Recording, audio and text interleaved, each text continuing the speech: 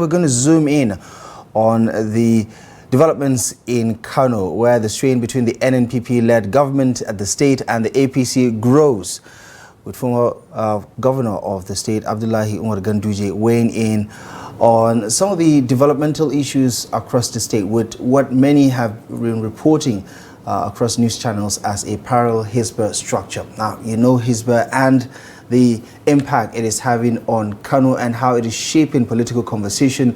This appears to be the bone of contention, at least the latest one in the long list of very controversial developments between the APC, which is the opposition party in Kano, and the NNPP, that is the ruling party. Now, this is coming as residents talk about security concerns in the state, but more importantly is the conversation about how all of these developments could be targeting what is to come in 2027.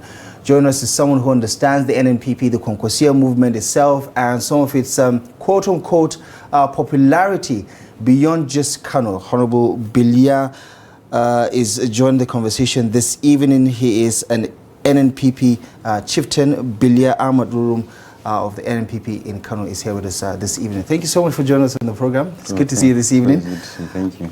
First things first, you're wearing the red cap, so obviously there's no need to ask where you belong.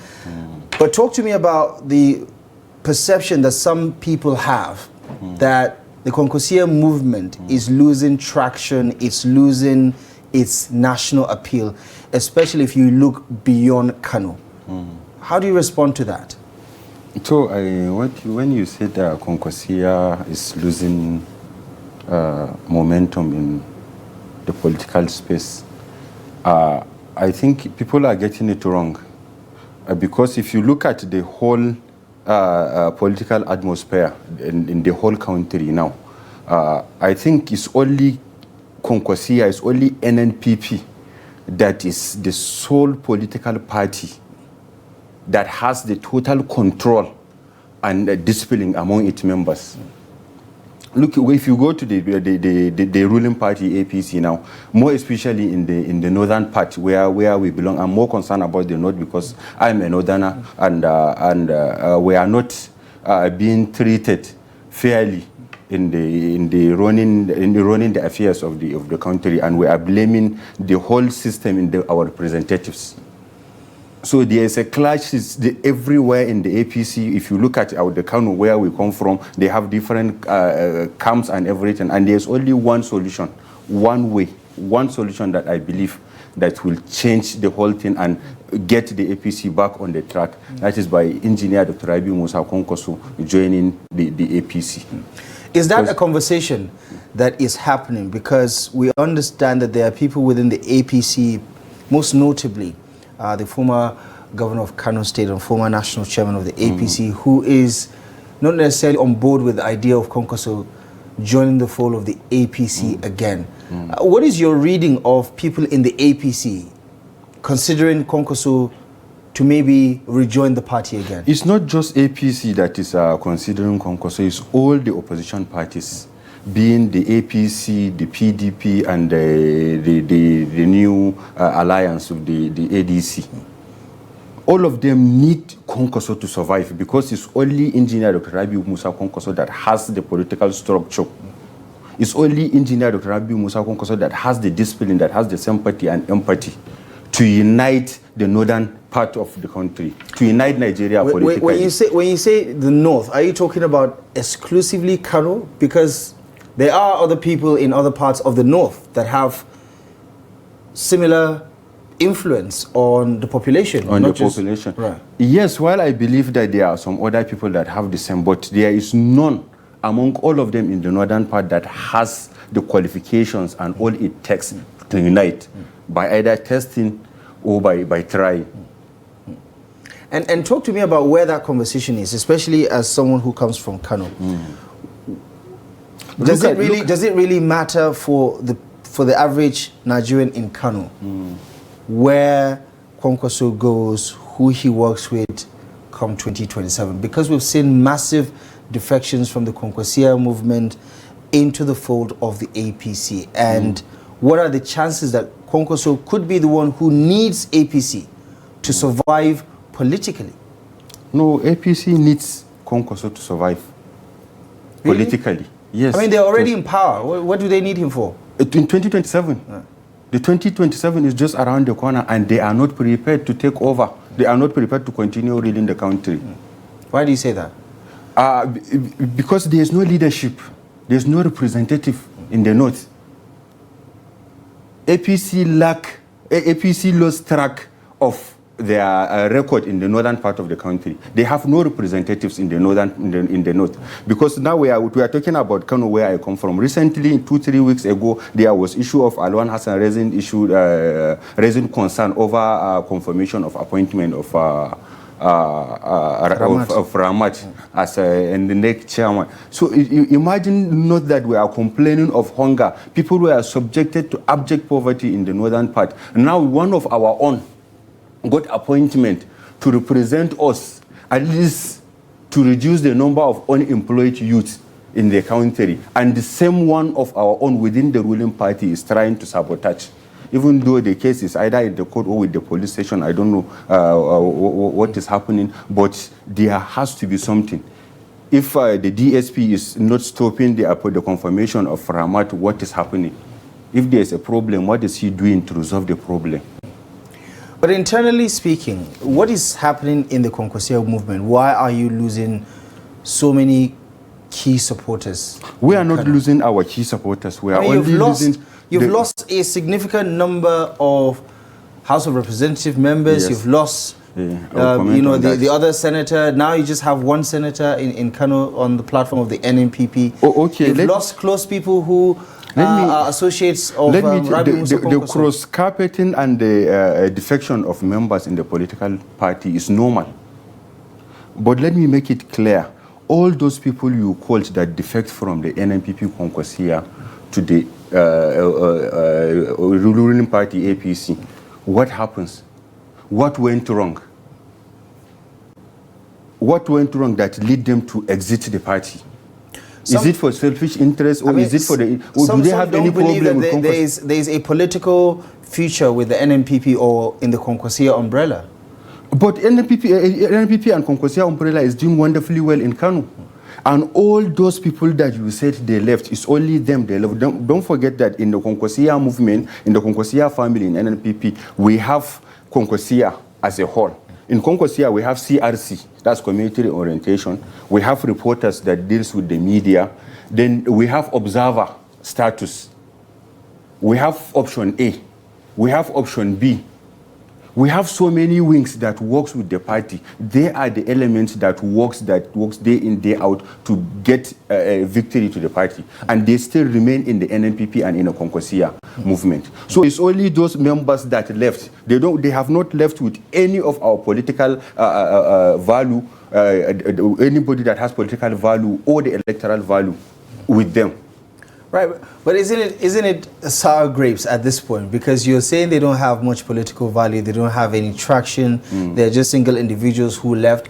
I mean, we saw them, to be fair, we saw Honorable Abdullahi Ahmed leave a couple of weeks ago, and there were hundreds of supporters there for his defection. He swapped the caps. No, that is for the general public to see. But for politicians, if you see the arrangement, how much do you need to make such kind of arrangement? And the funny part, he bought the expensive caps, the red ones, for them. If you look at the crowd, it's uniform. They are putting on uniform. He bought the expensive car for them, and when he finished and give them the 33,000, because there was interview going around after the whole thing, when he paid them the 33,000, one of the members there was complaining that his major problem is that they have removed his good cap and give him the fake one.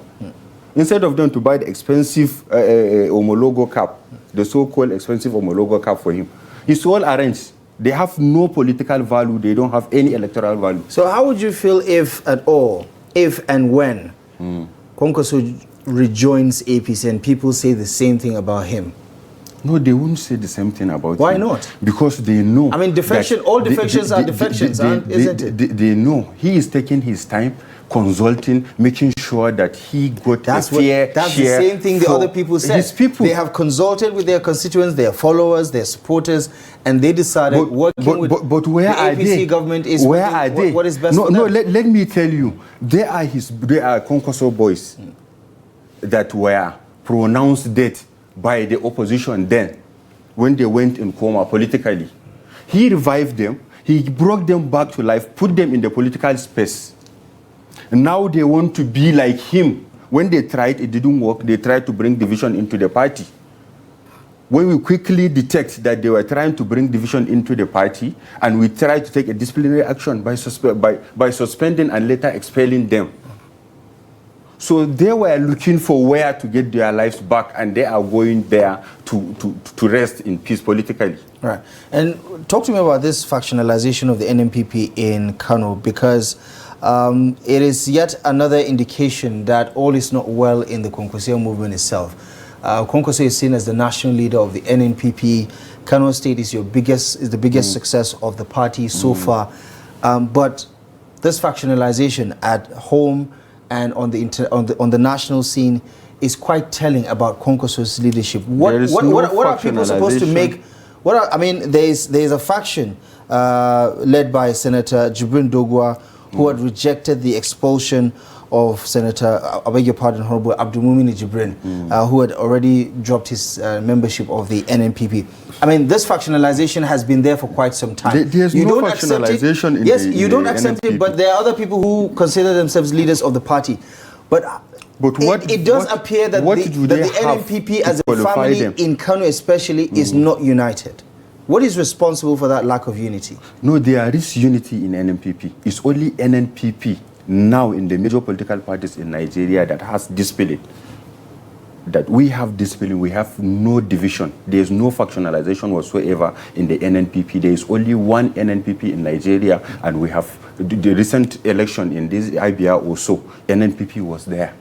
There's only one NNPP with the graduation cap and the pen logo. So we don't have any factionalization. There must be there. So when in any political party or in any setting, there has to be some aggrieved members of the party, or some people who are sponsored from the external forces to come and distract the party. But the party is doing wonderfully well, and the people of Kano are happy with what is happening, the way the governor is turning the state into the construction site. Right. Let's talk about what's happening internally in Kano. Kano has been dealing with some security concerns over the last couple of months. We've seen some of the developments in Shanunu and other parts of the state. I believe the governor earlier in the day expressed his concerns about some 10 local governments that are relatively volatile. I mean, Kano shares a border with Katsina, and that in itself explains to a lot of degree why some of these things are happening. But in line with that, we understand that the former governor, the immediate past governor of the state, is considering starting his own Hizbah movement, which has been instrumental in so many sense in Kano. Talk to me about what this could actually mean, beyond just the politics of it, but cohesion-wise. Okay, if you ask of my view on this, I'm not a security expert. But the security concern is the issue of federal government in collaboration with the state government. But federal government has the total control of the security apparatus of the states. And NNPP is only ruling in Kano as a state. So we have federal government. And this same former governor that you are talking about is part of the central administration, the federal government. And we have the deputy senate president that represent Kano, the same region, the same zone where we are having the security issue in the federal government. What have they done? What have they done to cope the issue of security in Kano State? What do they request from the federal government? What have they discussed from the federal government? We have not seen the presence of federal government in the state. We want to know what they are doing within their own reach now, not to talk more of creating another Hizbah or whatsoever to cope security. He has no security background. He is not a security expert whatsoever. And do you think this is going to set the stage for more political dispute and tension in Kano? Because I mean, the state government is still coming after him for some corruption-related I think it's charges. I think it's just a mere political statement. They are not going to implement. There are some steps and measures to be taken before you will be able to have your own security formation. I doubt if government would even allow it to happen. It's just a mere political statement to bring attention.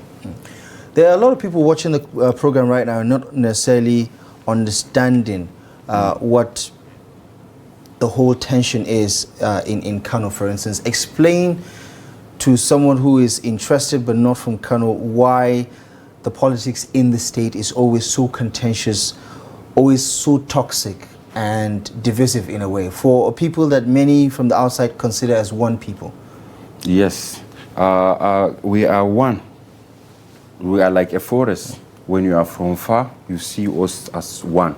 But you know Kano is the direction.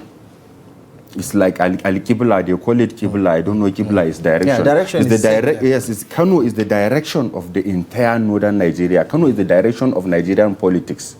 Kano is the direction of all Hausa-speaking nation across the globe. So whenever Kano take direction, the problem we are having in the whole political space now, I believe is because engineer Dr. Rabi Musa Kwankwaso has not made his stand on where to belong. That is why the whole political kiki-kaka is happening. Is he uncomfortable in NNPP? No, we are comfortable. Then why is he looking for a new destination? No, we want to win the election. So winning election, you have to calculate. You have to look plus and minus, give or take. What do you need? When you say election, are you talking about Kano State or national? National election, general election. So the presidency, yes. Has he told his followers that he's still gunning for the top job? No, he has not yet. But we are sure he is up to the task. Right. He has all it takes to lead the country. So your leader has not decided yet, but you say that he's been quoted. He's probably fishing on his own, shopping for a new home. What are you as supporters? No, he's not shopping for a new home. He is rather... He has met with the president. He has talked to the media saying he's open to working with anybody whoever, that will bring development to the country. Right. And that's also political fishing, isn't it? Yes. If he's contented, he doesn't need people to necessarily consider his options. You cannot be 100% contented in the politics because you don't know what will happen tomorrow. Right. Even if you are strong, you have 90%, you will want to have the remaining 10%. Okay. And in talking about that, has he mended fences with the likes of Abdullahi Ganduje? We saw them this past couple of weeks during a condolence visit to former governor of Bauchi State. We saw them shake hands. At least Ganduje was smiling. Kwankwaso was looking cordial also. What is your reading of whether there is plan for these two to mend fences? Because they've come a long way, haven't they? Yes. Plan or no plan, they were all his political boys. So why do you keep saying boys? I mean, they are political allies. They were all his political boys at some point. They all worked under him as his boys. I think allies is okay. Much You more can call it allies, but we know they are his political boys. They all worked under him. They all carried file for him. So there's nothing wrong if they decide to come back home and apologize. He's always open. He's a father figure to almost all of them, all the politicians in Kano State. I think Kwankwaso is the godfather of Kano politics. Is that basically the gist of your story? Yes. Right. And that is why he is able to control and coordinate Kano State and make it peaceful as it is today. Right. But that's what we need. The same godfatherism we need. Consider the optics, right? NNPP is a dying force nationally. In Kano, it still has... So? I mean, you take a look at the you take a look at the political market, right? Your market share is less than 1% in the House of Representatives, in the Nigerian Senate. Statewide, you just have one governor, right, alongside the Labour Party. Everything else is shared between PDP and APC. But don't forget that APC comes into the, CPC comes into the power with only one governor. Yeah, and CPC doesn't exist anymore. Oh yes, it doesn't exist, but it's still existing. It's part of the now APC. Yeah. It's part of the is that the plan for the NNPP now? No, the plan for the NNPP now is to forge alliance with a winning team, with a party, with any other individual that has the interest of the nation at heart. If you have to pick for the Kwankwasiyya movement, the ADC is an option. APC is perhaps the safest option if you're looking for the easy way out. The PDP is there for whatever reasons, if you want to consider that. You as a person, where would you advise the Kwankwasiyya movement to land if they have to find another home away from NNPP? Okay, if we must move from the NNPP, I will await the directive of Jagora, Engineer Dr. Rabi Musa Kwankwaso. You're telling me you don't have an opinion of your own about where to go? No, we do. I do. But we need leadership. Right. We need leadership. We need his system of leadership. So you don't have any preference? His system of politics. No, it's generally needed in the politics. That is the party supremacy. Where you have party, you have leader of the party. Whenever you have anything, you agree internally and await the final approval of the leader. Right. That is what the APC need. That is what the PDP need now. That is what the ADC need. Leadership. Let there be someone at the center that has the power over the executives, over the elected ones. A limited power, not all. Right. And that is what Kwankwaso offers, in your view? Leadership? Leadership, Quality yes. leadership. Quality leadership. Right. That's what he has to offer. Okay. Just before we wrap things up, 2027 is way ahead of us, and it seems like it's almost just around the corner, right? Yes. But we know how politically charged the atmosphere is going to be next year. Give me your 2 cents on what lies ahead, what realistically lies ahead, especially about the issue you're raising about northern Nigeria. And we're seeing this weaponization of ethno-religious sentiments. How concerned are you about that playing a key role in shaping the minds of voters in 2027? Okay, in regard to that, there is only one thing and one thing alone that I believe is left for the average man in this country, which is hope, more especially in the northern Nigeria. People were left destitute, so we cannot actually predict what will happen. We cannot actually forecast. We can only advise the government to do something about this security. I'm not a security expert, but I know something needs to be done. People were subjected to abject poverty. We have been going around. I'm a politician, a local politician. I went around to villages. I see people lost hope. The only thing they are begging for now is to live. It's just to live alive. People are battling now for survival. People are living in survival mode. Do you understand survival mode?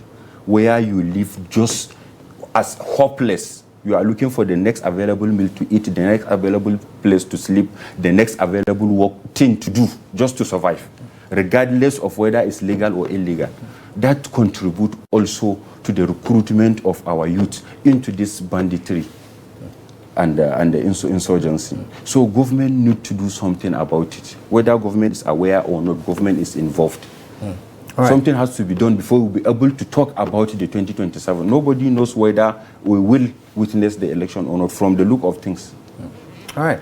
And on that very reflective mode, Honorable Bilya Ahmed Rurum, thank you so much for joining us on Daily Politics this evening. Welcome. I appreciate you very much for stopping by. Thank you for your time.